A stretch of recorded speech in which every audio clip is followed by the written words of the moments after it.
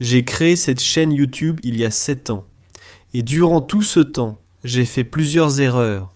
Mais ce sont ces 7-là que je regrette le plus.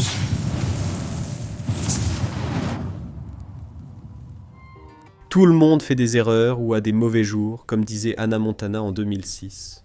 Mais le fait est que tout le monde, dans le domaine des reptiles, va faire des choses qui ne sont peut-être pas idéales pour les reptiles, ou pour vous-même en tant que soigneur, et ce sont des erreurs.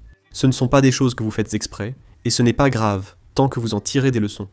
Ces 7 choses faites ces 7 dernières années, sur cette chaîne YouTube, que je vous ai peut-être encouragé à faire, étaient mauvaises, ou mal avisées. J'ai corrigé ces erreurs. Voici la numéro 7. Je gardais tout dans des racks. Tout ce qui pouvait être gardé dans des racks. Je le faisais parce que je pensais que c'était la meilleure façon. J'y croyais vraiment. Les animaux aiment la sécurité et moins de stress. Et les racks les stressent moins qu'un grand enclos. Mais selon moi, c'est complètement faux. Peut-être qu'une étude révélera dans 7 ans que c'était correct.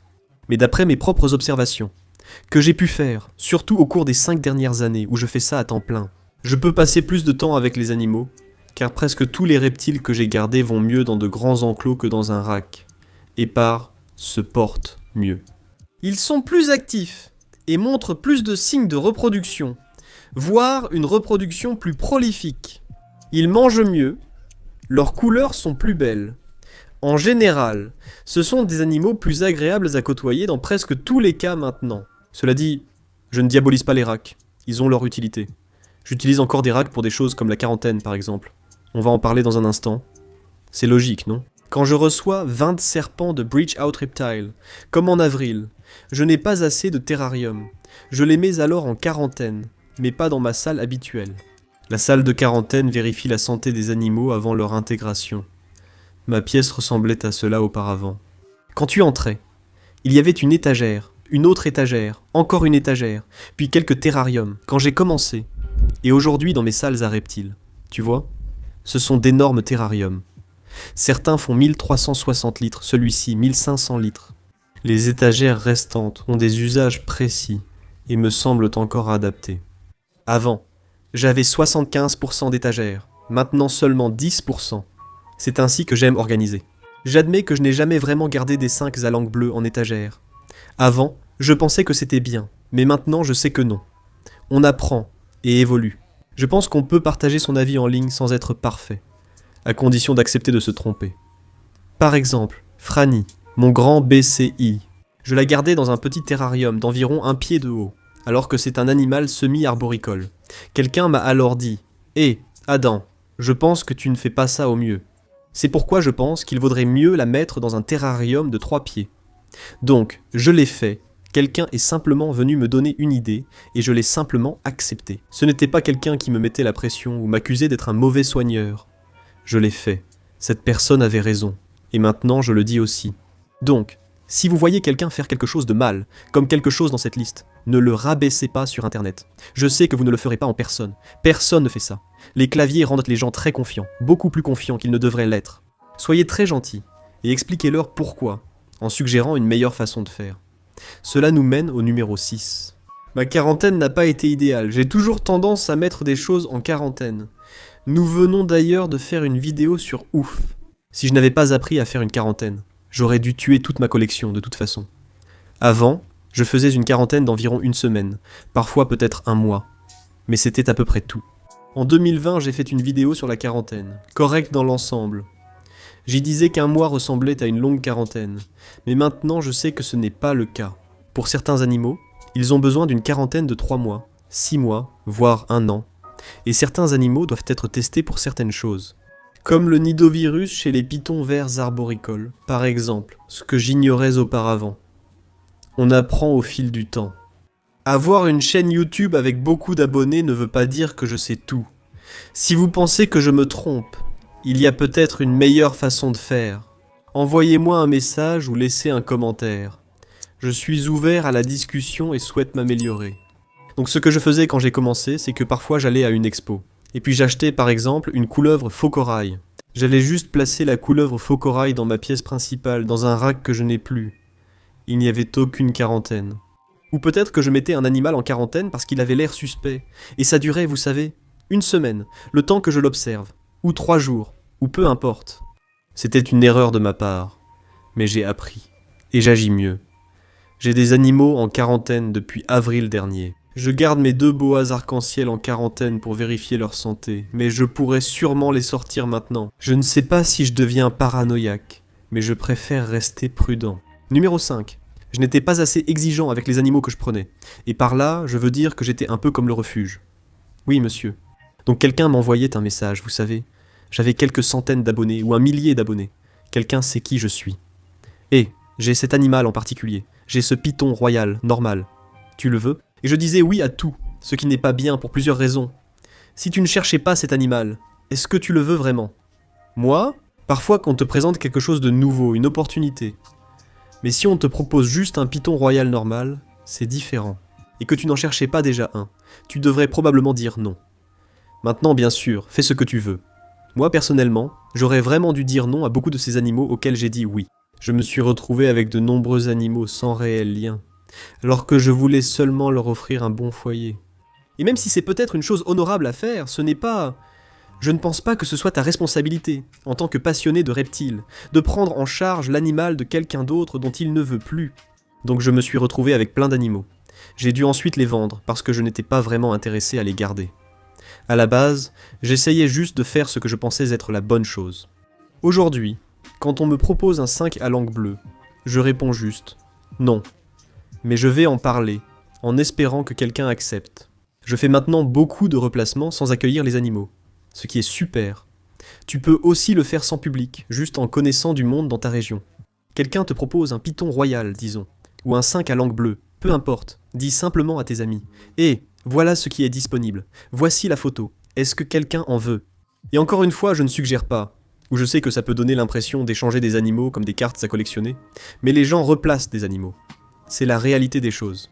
Je pense que tu ne devrais pas le faire à la légère. Bref, tu comprends. 4e point. Acheter les mauvaises choses au mauvais endroit. En fait, il n'y a pas vraiment de mauvais endroit pour acheter. Je l'évoquais déjà dans ma toute première vidéo, qui ressemblait d'ailleurs à celle-ci. 250. On a fait beaucoup de chemin. Je dirais, achète pratiquement tout, au magasin à 1$ ou obtiens-le gratuitement. Et il y a beaucoup de choses que tu peux acheter au magasin à 1$ et beaucoup de choses que tu peux obtenir gratuitement. J'ai changé d'avis.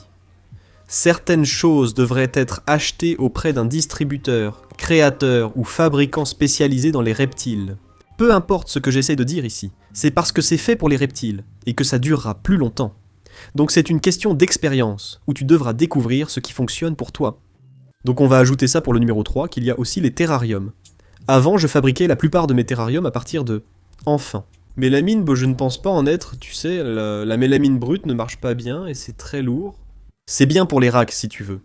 Mais je préfère acheter des terrariums en polychlorure de vinyle de qualité pour les 4X2X2. Et puis, tout ce qui est plus grand, tu sais, ça va coûter une fortune à acheter, ou tu ne peux tout simplement pas en trouver. Je le fabrique simplement en contreplaqué, puis je le scelle correctement et c'est tout.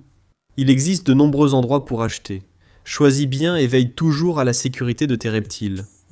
Numéro 3. C'est très récent pour moi. Ignorez les saisons comme printemps, été, automne, car la plupart des reptiles ne les connaissent pas. Si ton animal vient d'Afrique ou d'Indonésie, je parle des saisons des pluies, des saisons sèches et des variations de température. Je ne pense pas que ce soit absolument nécessaire, mais j'ai remarqué que mes animaux se comportent différemment depuis que je fais ça. Je vais donner mon avis. Lézards à collerette. Dragons et varans arboricoles vivent dans des zones avec saison des pluies et saison sèche adaptées. Je vais voir leur origine. Les varans arboricoles bleus proviennent de l'île de Batanta à Raja Ampat, Indonésie. Donc je vais regarder la météo et essayer de comprendre le schéma climatique, quand il pleut, quand c'est plus sec, le cycle de lumière aussi, puis les températures. Et je vais passer en revue une année comme ça et j'aménagerai les enclos pour essayer de les adapter au maximum. C'est bon non seulement pour leur comportement, mais aussi si vous décidez de faire de la reproduction. Je veux dire, ils se reproduisent dans la nature. Si la captivité ressemble à la nature, ils adopteront les mêmes comportements, comme la reproduction. Mes varans ne sont pas prêts à se reproduire, donc pour l'instant je reproduis simplement le cycle saisonnier naturel pour plus de réalisme. La raison pour laquelle je me suis débarrassé de toutes ces vitrines en verre ici, comme on en avait avant, c'est parce que je voulais entrer dans une pièce qui ressemble plus à un zoo. Je regardais chaque enclos, chacun semblait un écosystème. Les écosystèmes ont des saisons, et j'ai eu tort de ne pas suivre cela plus tôt. Je pense que cela deviendra beaucoup plus courant et populaire dans les prochaines années, ce qui m'amène à ces petits enclos ici. J'en avais trop de trop petits. Trop petits pour ce que je voulais, c'est-à-dire un rendu naturaliste au plus proche de la nature. Avant, il y avait du vert ici, et c'était super. Ça ressemblait à une animalerie. Mais je ne voulais pas que ça ressemble à une animalerie ici. Je voulais que ça ressemble à un zoo, ou à de petits morceaux individuels de jungle. Mon erreur a été d'avoir trop d'animaux dans des enclos trop petits. Ce qui me motive vraiment, m'inspire, c'est autre chose. J'aime créer de grands enclos pour les reptiles, ce qui réduit le nombre d'animaux et d'entretien. C'est génial. Vous ne vous occupez pas de, vous savez, 200 animaux, mais plutôt de 50 animaux. Mais en plus, c'est tout simplement plus agréable. En entrant, je ne vois pas 50 enclos à entretenir, mais 10 que j'ai envie de regarder. Et puis l'entretien prend, je ne sais pas, 1 heure au lieu de 3 heures. Je pense que beaucoup de gens font ça, ils essaient de voir combien d'enclos ils peuvent entasser dans la salle des reptiles, au lieu de se demander comment faire pour que cette salle des reptiles soit ce que je veux vraiment qu'elle soit, plutôt que ce que je pense vouloir qu'elle soit. Le problème, c'est qu'on ne sait pas vraiment. Certains préfèrent beaucoup d'enclos. Si tu adores les petits geckos, c'est idéal pour toi. Si comme moi tu aimes les espèces arboricoles comme les iguanes des Fidji, iguanes bannières, boas émeraudes et surtout les varans arboricoles. Ça dépend du type d'éleveur que tu es, mais ça ne marche pas toujours.